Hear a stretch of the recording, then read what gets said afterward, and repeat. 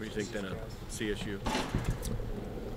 They're a team that really attacks the boards. They move the ball well and then get a shot up on the glass and really go after it. They're a +7 or 8 on the boards. Do a tremendous job there on the offensive glass. Very competitive team. They played a very difficult schedule, and we'll have our hands full. You know, we're not playing with a lot of confidence right now. Losing 3 of our last 4. So it'll be a game where we're going to have to really play awfully hard and try to get the ball moving, try to hit some early shots, and defensively and on the boards, we just got to get a lot better. Do you think the Boise loss may have been something that at least gets these guys' attention?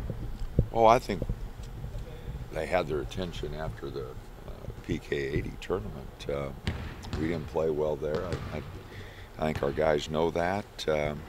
Now it just becomes a matter of whether they're willing to work on the things that we need to work on, which offensively we still have to get better, but my concerns are much more on the defensive end and on the boards.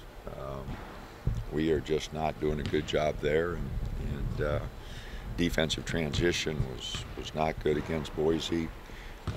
They got a couple really big offensive rebounds, a couple off free throws that hurt us. So we've got to get much better, the defensive end on the boards, and offensively. I knew that would be a work in progress because it just takes more time, especially with a lot of new faces.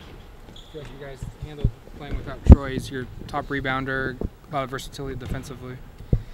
Yeah, we do miss Troy. He's a good player. You mentioned him being the leading rebounder. We got beat on the boards, so it'll be good to have him back. I think he'll be ready to play and ready to go, so it's good to have him back. With this little mini break with finals, did you tell the guys just to get away and reset and then come back ready to fresh, or what would you tell them? Well, we did have a couple days off, since last Friday, just to let them prepare, and get ready for their finals. And we had a long practice Monday, but then took Tuesday off. Went relatively short yesterday, and we'll go short today. And I know some guys are still trying to finish up a lot of things yet today. Do you have kind of rotations evened out a bit more now? Do you kind of feel like now? No, we're still searching. We're still searching for combinations, especially on the defensive end, to try to put some things together. We've got to have some better leadership there from our more experienced players. They got to start communicating more. I've been stressing that for a month here, and we haven't done a good job with it. And so the communication's got to get better, and we need to have some leadership from our older guys who have played a little bit to get everybody talking defensively. We're just making way too many mistakes. Do you think it could be a change at all, knowing guys could need a little confidence right now and maybe they're a little down? No, I've been a little harder on them. It's a physical game. It's a tough game. If you're going to compete at a level we hope to compete at sometime this season, it isn't going to be easy. And the tough things that we have to do, sprinting back, communicate, put our defense together, be physical on the boards, quit fouling so darn much, and start moving our feet. And those are the tough things of the game.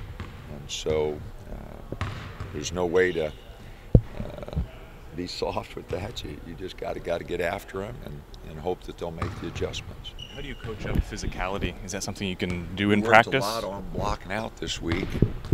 We've got another drill today to try to put a body on somebody and go get the ball. And we've been very, very poor there. And so just a lot of drills to try to get it worked out. But you can do all the drills. It's a matter of effort, and this is what we got to do. And guys really believe in that's the direction we have to go. And we'll find out tomorrow night whether we make that step or not. Sounds like there's a lot to fix, but is it as simple as a win can bring that confidence right back for the guys? Well, winning's important. There's no doubt. You have to have some positive feedback, but You know, there are so many fundamental aspects of the game that we're not doing a good job with right now. That just doesn't turn on and off like a light switch. You know, that takes time, and I have not done a good enough job in the first 6-7 weeks here getting them ready to go, because the fundamentals of the game we're not very good at, and that's not going to change overnight. It's going to take weeks and weeks of doing it right, and a lot of games of doing it right. But definitely, a win would help. But Colorado State will be a very difficult game. It'll be a toss-up game. We're going to have to play well. You have 4 games in 9 days, I think it is now. And like I say, all these teams have had some success against some Pac-12 schools. This could be a pretty important stretch for you guys. Well, it is a real important stretch for us. We've got 5 games here before conference starts, before we have a little break for Christmas. So, each one of them, critical game for us. And, the sense of urgency has really got to increase. I can understand it from the freshmen. They have no idea what's going on, but the vets and the older guys, I'm a little surprised that there's not a much greater sense of urgency than what I've seen. Have you pulled any of those vets aside and been? Absolutely. I've challenged them in practice. I've pulled them aside individually and talked to them about it, and we'll see if we start making some progress in that area. And again, it's not like turning on and off a light switch. It's not going to happen overnight, but hopefully the guys will buy into it over the long course, and we'll start to improve some of those things.